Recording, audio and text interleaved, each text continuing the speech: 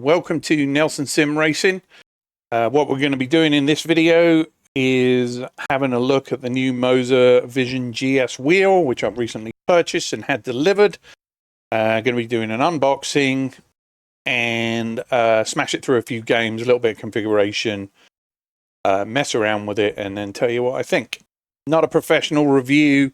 I paid for this in my own money, so it's really what I think about it, which may help you to decide if you want to go for it. So stick around and we'll run through it. Thanks.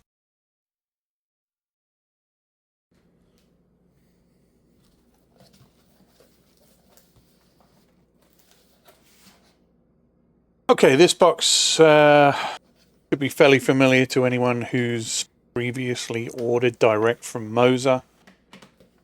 They tend to ship their equipment hard box, very close to the retail packaging size, with little protective bits in the corners just to keep it safe.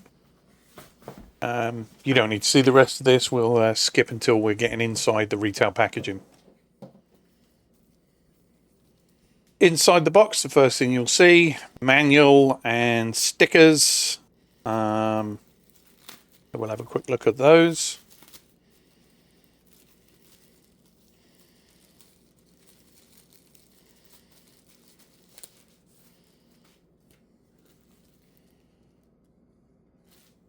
Don't need the manual, obviously.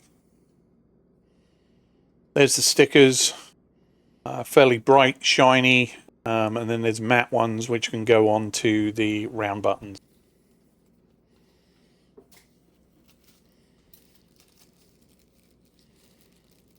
Also, what you get in there is an Allen key and a pair of tweezers. The pair of tweezers is for applying the stickers to the wheel, which is a nice touch. You don't get them with all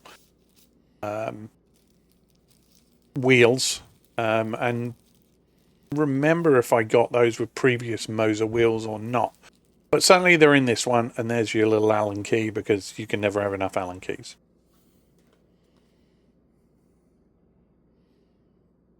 There you go. Very brief demonstration to show you how tweezers work if you've never seen them. Standard Moza bag on the wheel.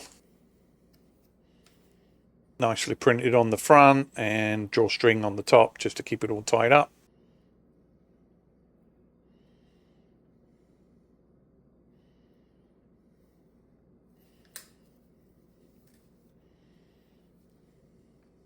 And here we have the wheel itself. Protective labels on the LEDs at the top and the main screen, and then protective covers just to stop the carbon faceplate getting bashed around. You can see the forged carbon faceplate there. Some people may be a fan of it. I'm not, but there you go.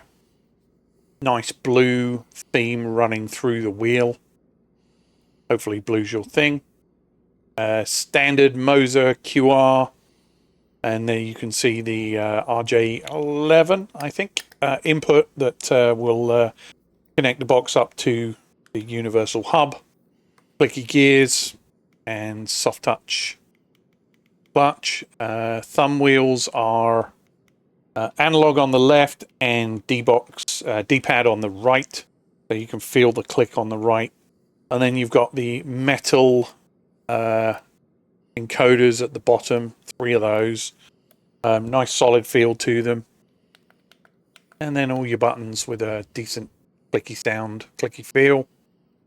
And then the higher wheel mounted thumb encoders with the diamond cut pattern. So there you go.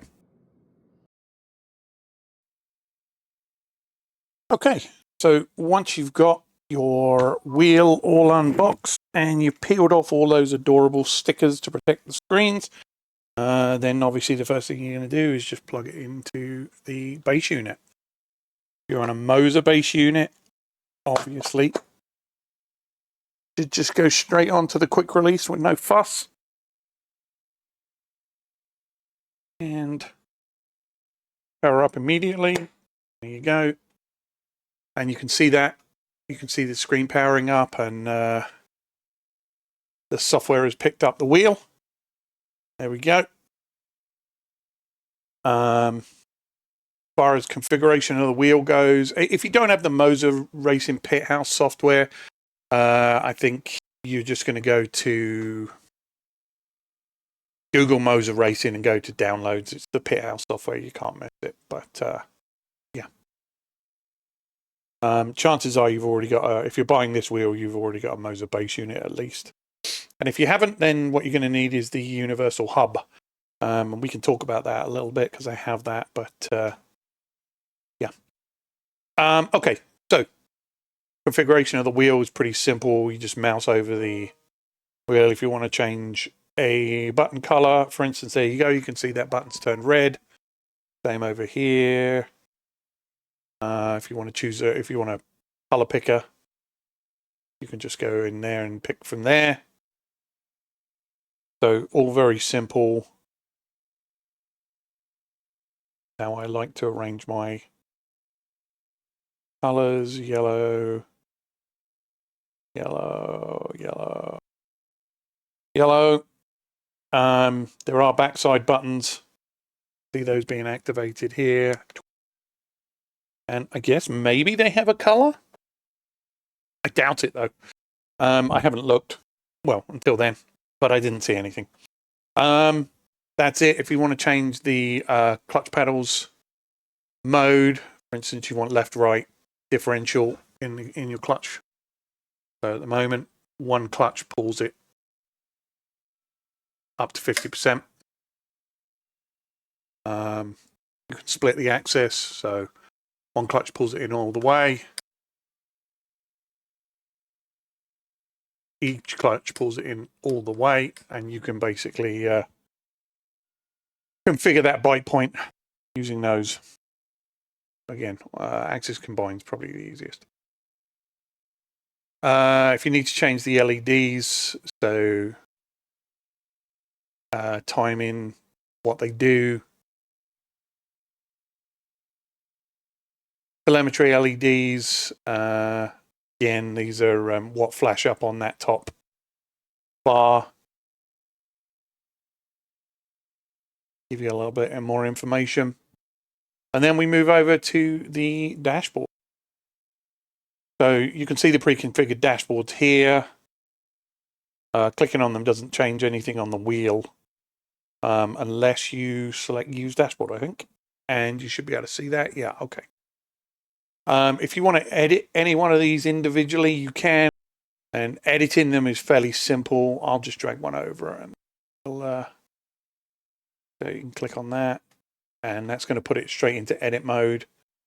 So once you're in the editor, you can pick any one of these elements and individually edit them. Some of these are going to be fed by telemetry. Just move that so I can move it. Some of them are going to be hard-coded. For instance, this is just basically standard text here. So we're going to MP. And now we're miles per hour. And the actual speed for the number, you can see that that's a telemetry data. What you need to do is change the input feed from the telemetry. So you can see here, there's telemetry information in here. Then you can pick these telemetry parameters. So what we want to do is take out the speed kmh. We want to just change, just going to change that to M.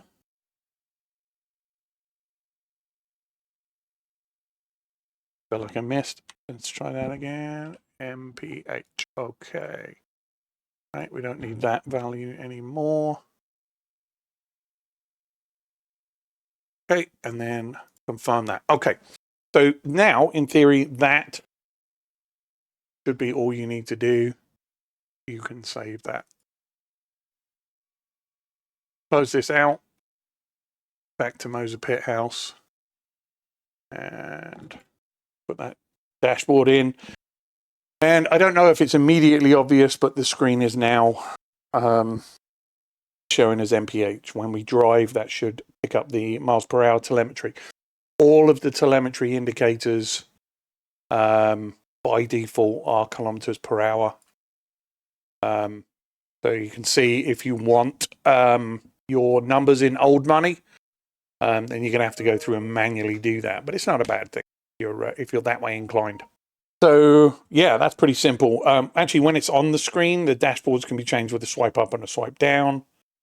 You can see the order in which they're loaded corresponds to the order in which you see them on the screen over here. Some of these have multiple screens based on this design. So this is obviously the tacho. You've got speed on here, temperature down the bottom. The screen we modified has a pure speed screen again. So potentially, if you want the full experience, you're going to go in and have to change those parameters to miles per hour. Again, the other thing to bear in mind is if you're changing the parameters to miles per hour, you may well want to change the scale of the dial. So let's take a quick look at that. Okay, over here you choose the second screen, the grid, and then there'll be a grid scale in here somewhere. Yeah, so there's a couple of things. So the value here is 260. The start angle is 50 through 260. So that's just the angle. So you don't need to worry too much about that, I don't think. Yeah, so I would imagine changing the start angle to 90 is just going to put the needle in a different place. So there you can see. It does, in fact, wherever the needle starts, that rotates round. Okay, that's interesting. And Control Z will set that back to default. Again on the scale. So I would imagine, say for instance, if your top speed's going to be 180 because you're in miles per hour, there you go. You just basically change that, and then again you're going to have to set the input parameter, and we'll find that finding all this stuff is going to be value. There we go.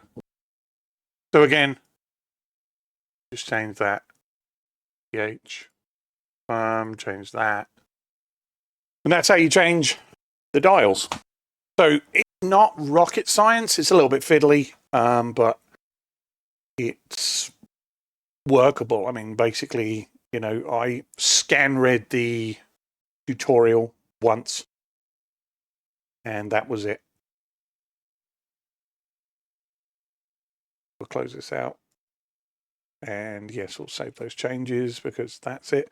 Okay, so once you're finished with the wheel, changing the dashboard settings, setting all your other things, I guess it's time to use the wheel. So let's jump into a game. Okay, so once you load it into the game, the first thing I would suggest you do basically is check all your bindings are good.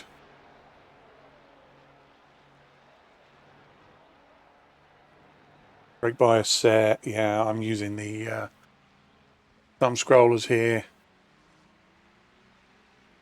That should be, just check those. 45, 44, done. Okay, okay. So we're going to be good. And then we can just head into practice.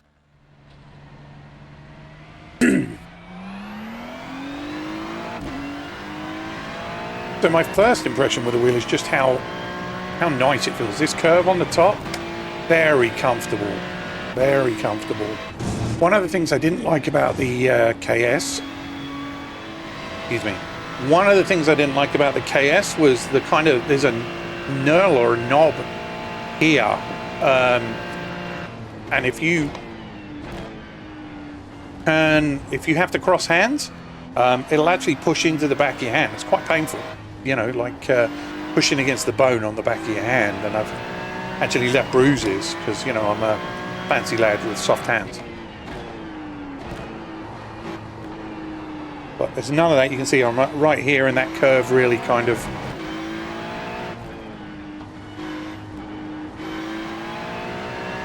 That curve really fits quite well in. The buttons are all nicely positioned. The wheel's got a decent weight, decent width. The leather feels nice. It's not too slippery. Stitching feels really nice, flat. So it's not likely to chafe or anything like that.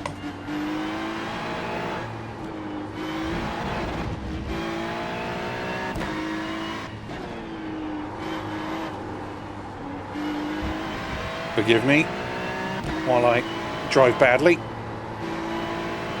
Okay. What else? Yeah, the thumb encoders. Absolutely a delight. So those dials you've got on the thumbs feel great. They're tactile, they click, they've got a good grip, kind of diamond cut.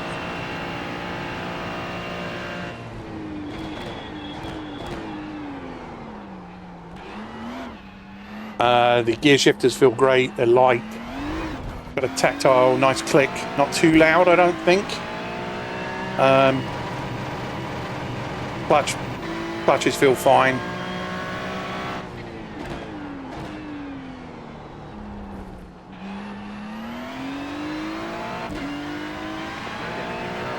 The rear buttons are kind of, I don't know, it's something you're going to have to get used to. You're either going to love it or you hate it, I think. I like the fact that they're there and you can't knock them, so it might be something that you want to use for something that you never want to activate by accident. I've actually just got them set up for damage report and weather report.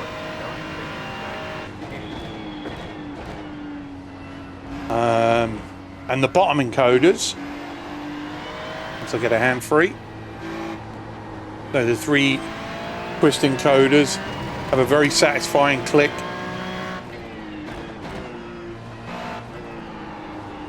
And again, it's very obvious when you're in the right spot. They feel comfortable, they're metal. I've certainly felt worse encoders on wheels that can cost considerably more than this.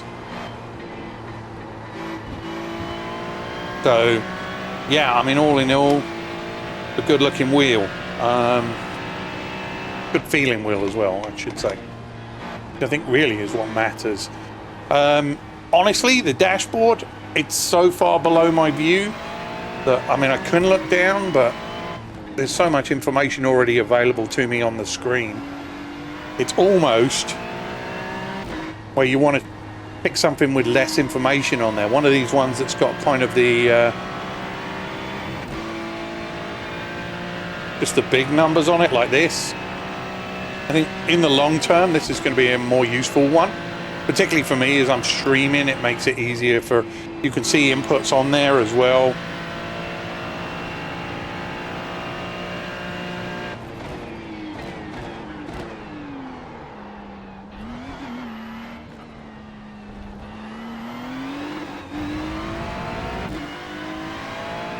But yeah, I don't know. Got tyre temperatures on there, which no good to you in iRacing, but we'll see in another game how that actually looks. Let's go take a look in Assetto Corsa and see if those tyre temperatures show up in there.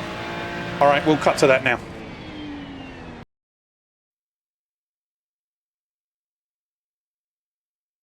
Okay, so here we are in Spa, and telemetry's coming through just fine. See about those tyres. Oh, they're cold. Forgive me, I'm even worse in Assetto Corsa than I am in iRacing.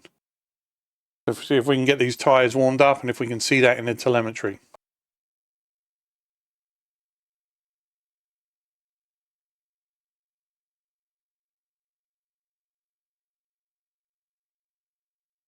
Okay, yeah, well, you can see that telemetry coming through already. Show you that.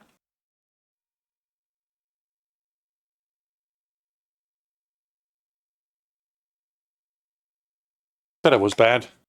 Interestingly, it's not kind of synchronized with the screen. The values are the same, but the interpretation of it is different. And that is actually something you can configure in the dash as well. So if you want to tie this dash in so that it more accurately reflects what you're seeing on the, you know, this blue.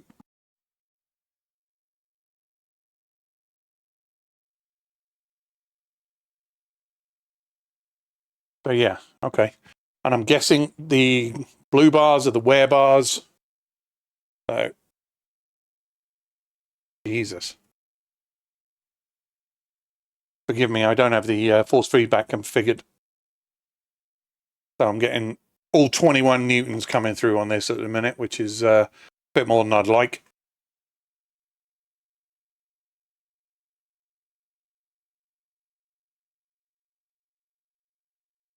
I'm going to fight it just a little bit.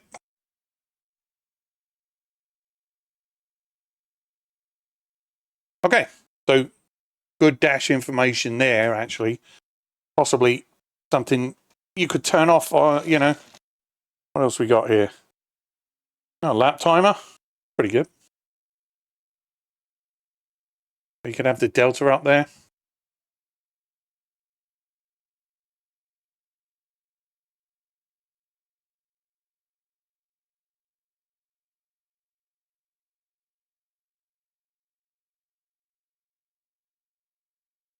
Speeds on this one are all configured to kmh, so they're all in sync with each other. But again, can be updated to whatever you want.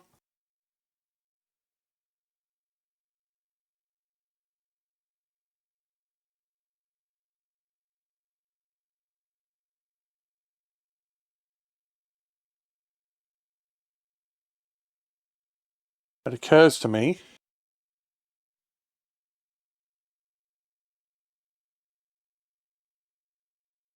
I'm not getting gear information. I don't know what that's about. Anyway, you can see the LEDs are working right. So, try a different game, see what we get.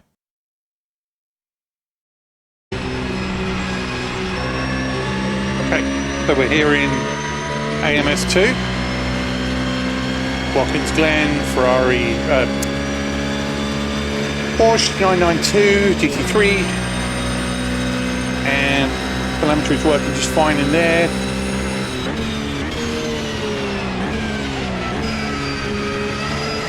Tires are a bit cold.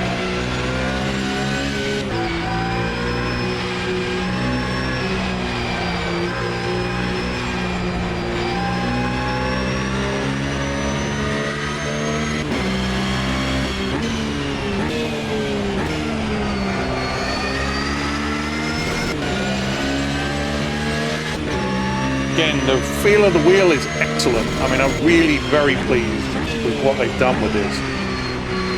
I've got DSi, FPE, and GT32 Max, and I honestly think I prefer it to these. Those have kind of a thicker feel to them. Some people hate that. I don't mind it, but what I do like here is just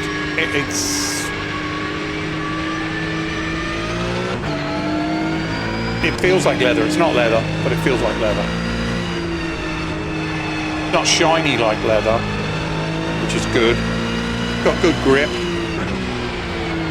As I say, the little stitch feeling is very pleasant to me.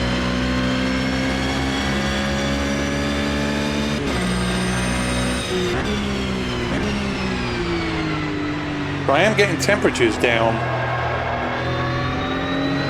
but those are brake temperatures. I'm not getting tyre temperature come through, which is interesting.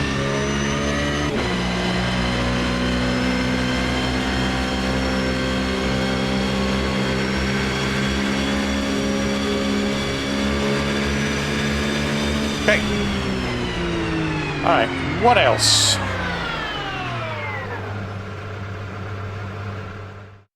The on and off. Oh, something we haven't spoken about. This gravity assisted dash in the middle. Now, I think this is gimmick.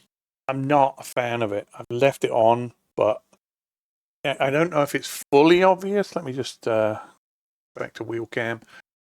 You can't really see from this distance, but it judders.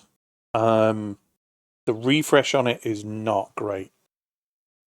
It's kind of annoying. Good news is you can turn it off. Let me just show you that.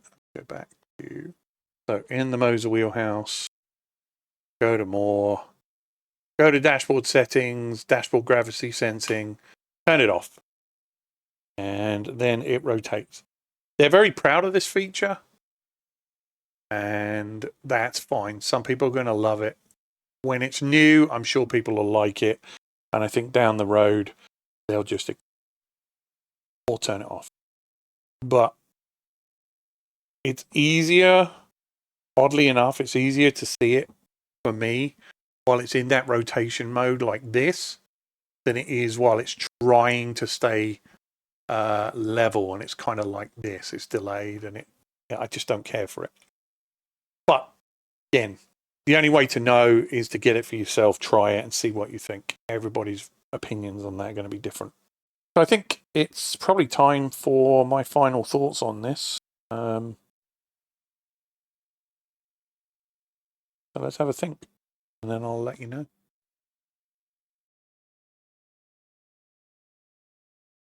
Okay, so final thoughts on the wheel. It's an ambitious product from Moza. They're trying to move up into more premium segments. I think this is a good effort at that. I do love the ergonomics of it. Again, compared to other wheels, from a GT perspective, for a non-round wheel, I think this is an absolutely stellar feeling wheel.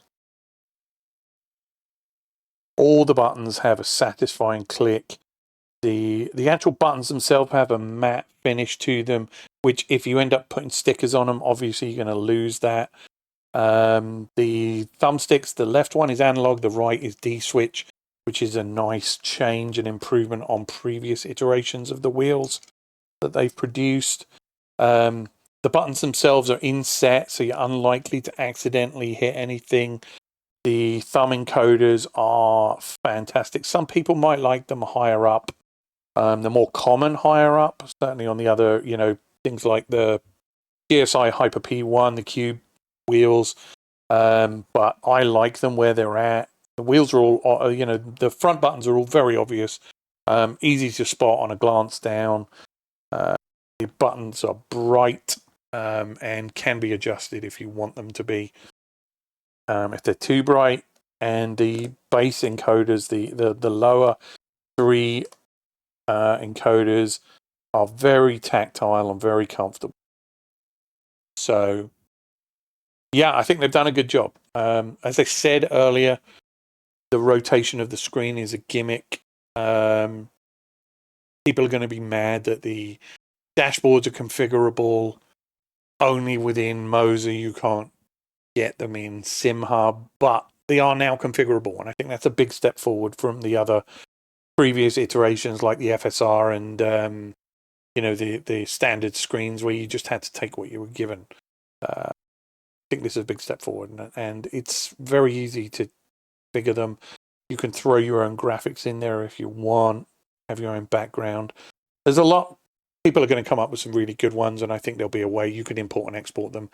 Probably on Moza, or if it's not already there, pretty soon there'll be a channel. You can just pick up other people's designs, and it'll be a doddle, even if you don't want to do your own. The price, $750, not cheap. Considering how much cheaper the KS wheel is, but you feel the difference. You feel $500 difference, because I think the KS wheel is only about $250. the screen looks great. The feel of it is just fantastic. But maybe $750 is a lot for a lot of people. For me, it's certainly comparable in terms of comfort and feel to the GSI FPE, which cost me $1,300. And the FPE V1 had horrible encoders that felt like they fell out of a cereal packet or something. The new one doesn't feel like that. I'm kind of rambling now, but basically, what don't I like? Let's have a think. What don't I like? The actual, the quick release slot in and drop out doesn't feel as easy as the KS did. Something about it, a slightly tighter tolerance. Maybe that reduces flex. I don't know. Maybe it's a design decision. It's less easy to slot in. To be honest, if you got this wheel, you might not be changing them too much anyway. What else don't I like? I'm not a fan of the forged carbon look. You can't see it too well because it's dark. But when it's not, it looks like a cheap oven, a cheap kitchen counter.